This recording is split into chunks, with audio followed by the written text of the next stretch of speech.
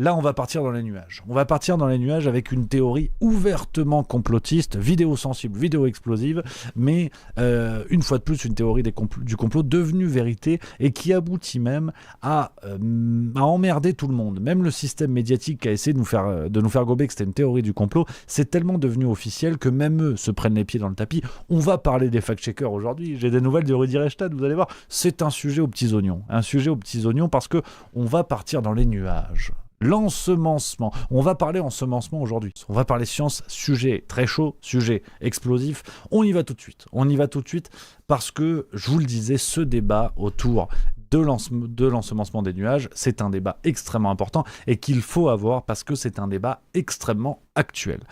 Qui contrôle cette technologie? Avec quelle transparence? Avec quel risque? On va parler de tout ça aujourd'hui. Alors, déjà, la base. Comment ça marche, cette histoire d'ensemencement des nuages?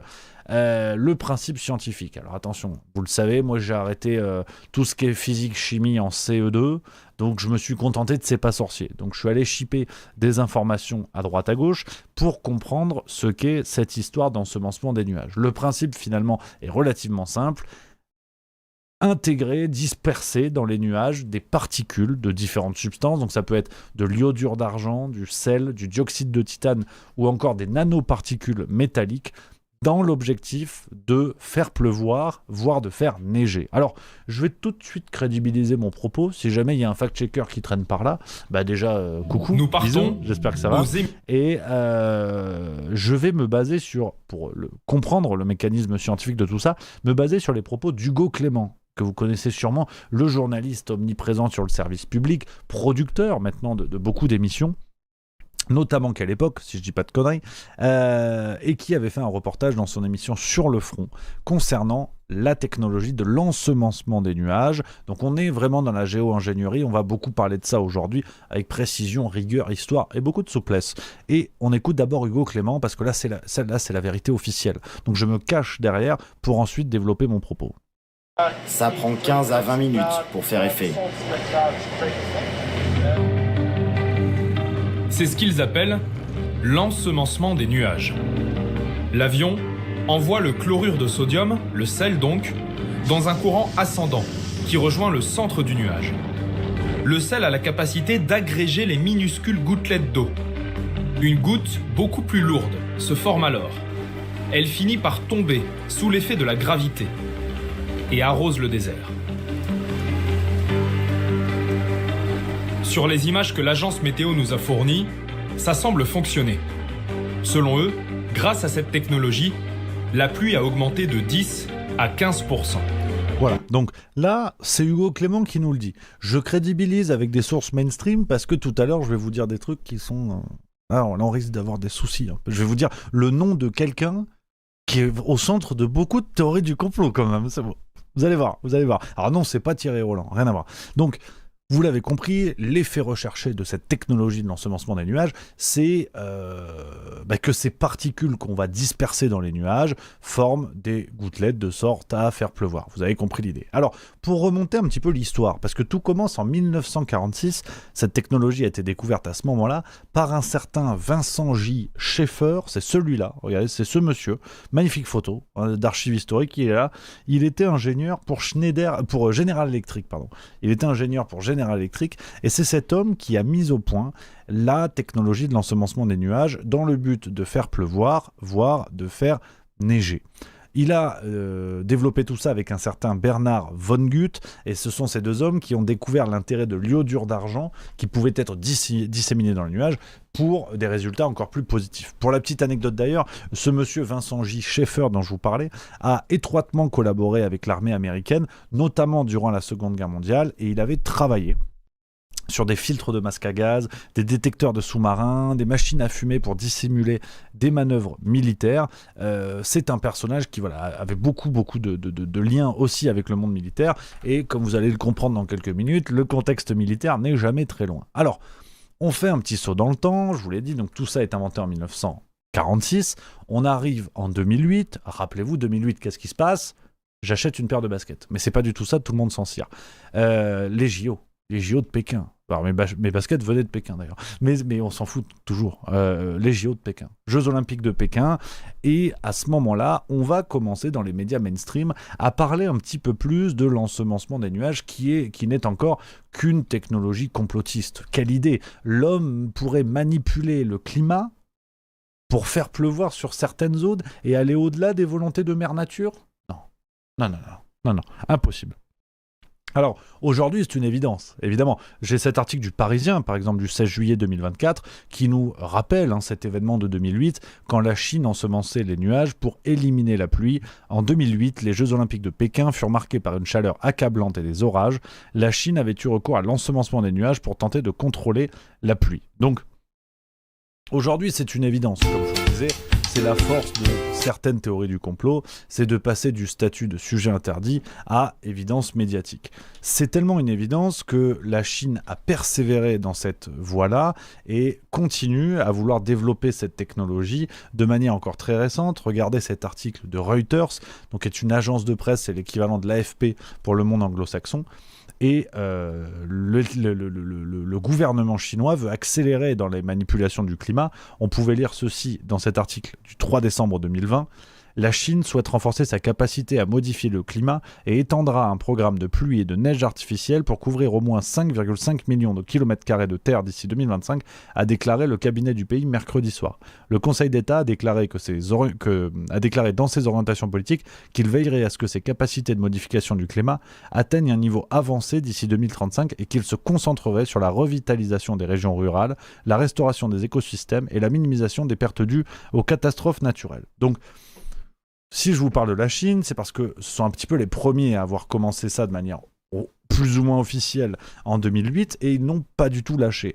Et ce ne sont pas les seuls, parce que le contexte géopolitique est très important dès qu'on parle de géo-ingénierie et notamment d'ensemencement des nuages.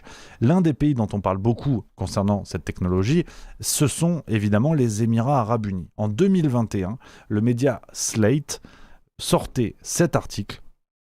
Mais là encore, comme une évidence, le complotisme a parfaitement disparu. Slate nous écrivait « Des scientifiques vont charger les nuages d'électricité pour provoquer de la pluie. Le projet a été financé par les Émirats Arabes Unis et sera bientôt testé à Dubaï. » À Dubaï, il peut pleuvoir sur commande? En ce moment, cette théorie se propage sur les réseaux. Le déluge à Dubaï serait provoqué par une modification de la météo par l'homme, un abus d'une certaine pluie artificielle. Bon, je te le dis tout de suite, cette technique existe bel et bien, mais il est très peu probable que ça soit la cause de ces inondations. Le Centre national de météorologie des Émirats a démenti cette théorie, mais en vrai, c'est quoi la pluie artificielle? Ça paraît dingue, mais cette technique contestée consiste à injecter des substances dans les nuages afin d'influencer la météo. Ça s'appelle l'ensemencement des nuages. Donc, les Émirats Arabes Unis ont vraiment accéléré là-dessus, investi des millions de dollars dans l'ensemencement des nuages, officiellement pour lutter contre la sécheresse. Vous allez voir, il peut y avoir d'autres enjeux dans ces technologies-là. On parle d'autres pays qui utilisent ces technologies et des pays peut-être moins connus pour ça. On peut prendre par exemple le cas de l'Inde. Le cas de l'Inde qui a également annoncé à la fin de l'année 2025, donc c'est tout à fait récent, une expérience d'ensemencement des nuages également. Je vous lis ce que nous dit la RTS, qui est un média suisse. Le gouvernement indien s'est récemment livré à une opération d'ensemencement de nuages pour faire tomber la pluie afin de provoquer une diminution des taux de pollution. Malgré 2 tentatives, les résultats n'ont pas été à la hauteur des attentes. Nombre de scientifiques doutent de l'efficacité des mesures. Selon une enquête menée en 2022 par le Health Effect Institute de Boston, New Delhi est la ville la plus polluée au monde. Donc, vous voyez les enjeux pour New Delhi. Là, on est plus trop dans une logique de lutter contre la sécheresse, on est dans une logique de lutter contre la pollution. Mais pour dire que l'Inde aussi est dans la bagarre, les États-Unis également. Vous avez cet article du Courrier international du 27 novembre 2021 qui nous expliquait que dans l'Idaho également et d'autres États américains, la technologie pouvait être utilisée. Bref, vous avez compris le contexte. C'est une sorte de guerre des nuages qui est en train de se mettre en place, où des pays parmi les plus grandes puissances au monde se jettent dans cette bagarre pour maîtriser cette technologie à des fins qui semblent tout à fait louables et compréhensibles, c'est-à-dire faire pleuvoir, lutter contre la pollution, des choses comme ça. Mais quand on creuse un petit peu plus, c'est plus compliqué que ça. Et puis, malgré ce que je vous ai dit, le fait que les médias présentent désormais ça comme une évidence et qu'il n'y a absolument rien de complotiste là-dedans, quand même un peu. Parce qu'on peut faire confiance à nos amis fact-checkers qui sont des nostalgiques du complotisme. N'oublions pas que les fact-checkers ont besoin du complotisme pour exister. C'est un petit peu ce que disait Jean Baudrillard sur les antiracistes qui ont besoin du racisme pour exister. C'est la bonne phrase qu'il a dans son livre Cool Memories. Jean Baudrillard qui écrivait « SOS Baleine veut sauver les baleines, que veut sauver SOS Racisme ?» Donc, n'oublions pas quand même de prime abord que les fact-checkers ont besoin du complotisme pour justifier leur existence. Donc, ils ont besoin d'entretenir ces fantasmes-là, même quand des médias mainstream reconnaissent l'absolue existence des techniques de manipulation du climat, en l'occurrence l'ensemencement des nuages. Mais on a Monsieur Huchon, qu'on embrasse, on embrasse son frère également, Paul Huchon, qui nous a parlé. Moi, ça fait très dans une vidéo pour Combini. Je ne résiste pas au plaisir de vous diffuser l'extrait. Donc Thomas Huchon, qui est dans l'équipe des fact-checkers, hein, les trois mousquetaires de l'escroquerie, qui nous a parlé alors de chemtrails, mais quand même d'ensemencement des nuages. Écoute.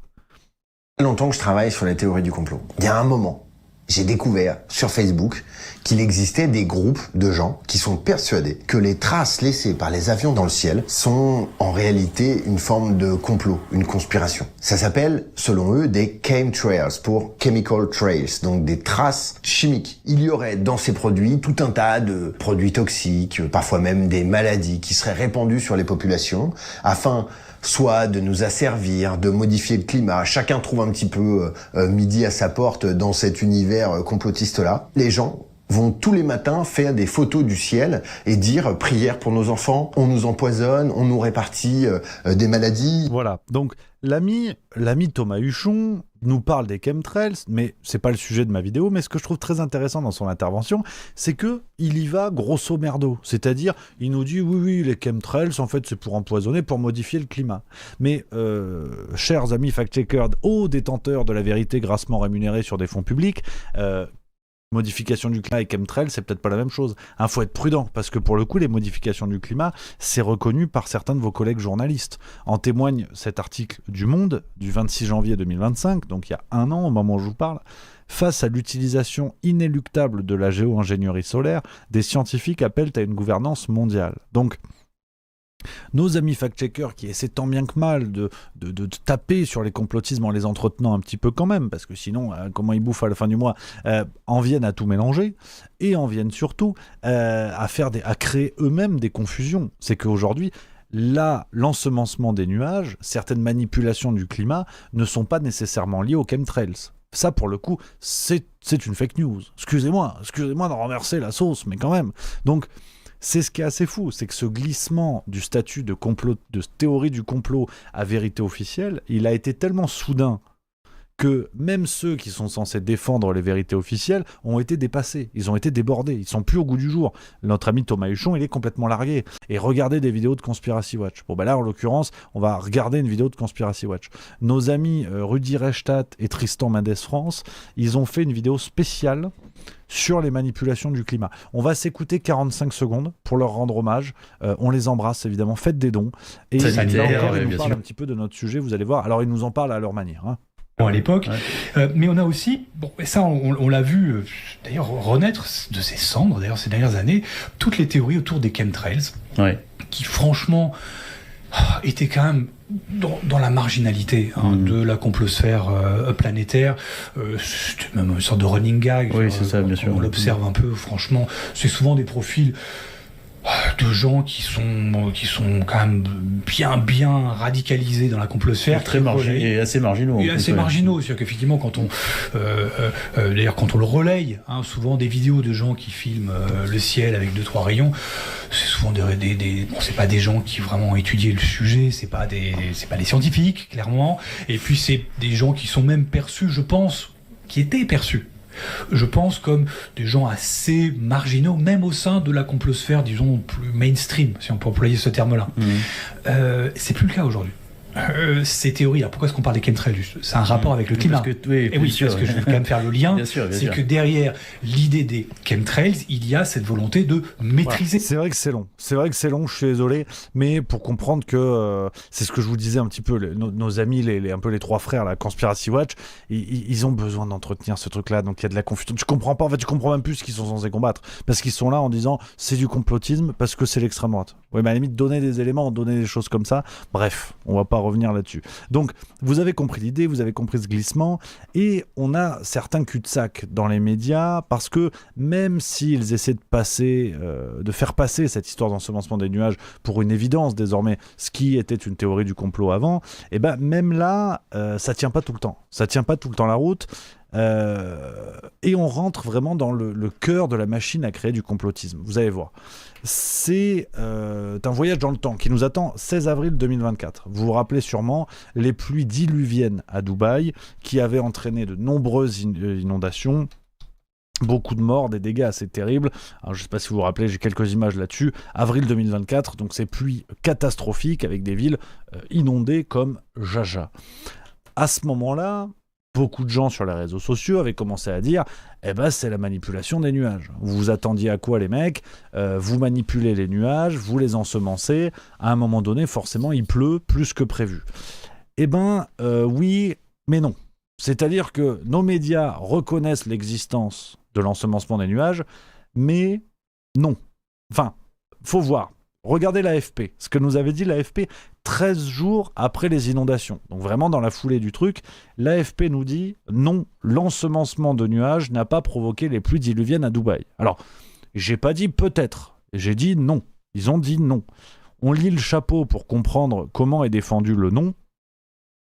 Des pluies historiques accompagnées de très forts vents se sont abattues le 16 avril 2024 sur les pays du Golfe, comme les Émirats arabes unis, provoquant d'importantes inondations qui ont paralysé notamment la ville de Dubaï. D'innombrables publications dans plusieurs langues affirment depuis sur les réseaux sociaux que ces précipitations records sont le résultat de l'ensemencement de nuages, une technique utilisée par les autorités locales pour tenter de faire pleuvoir dans cette région aride.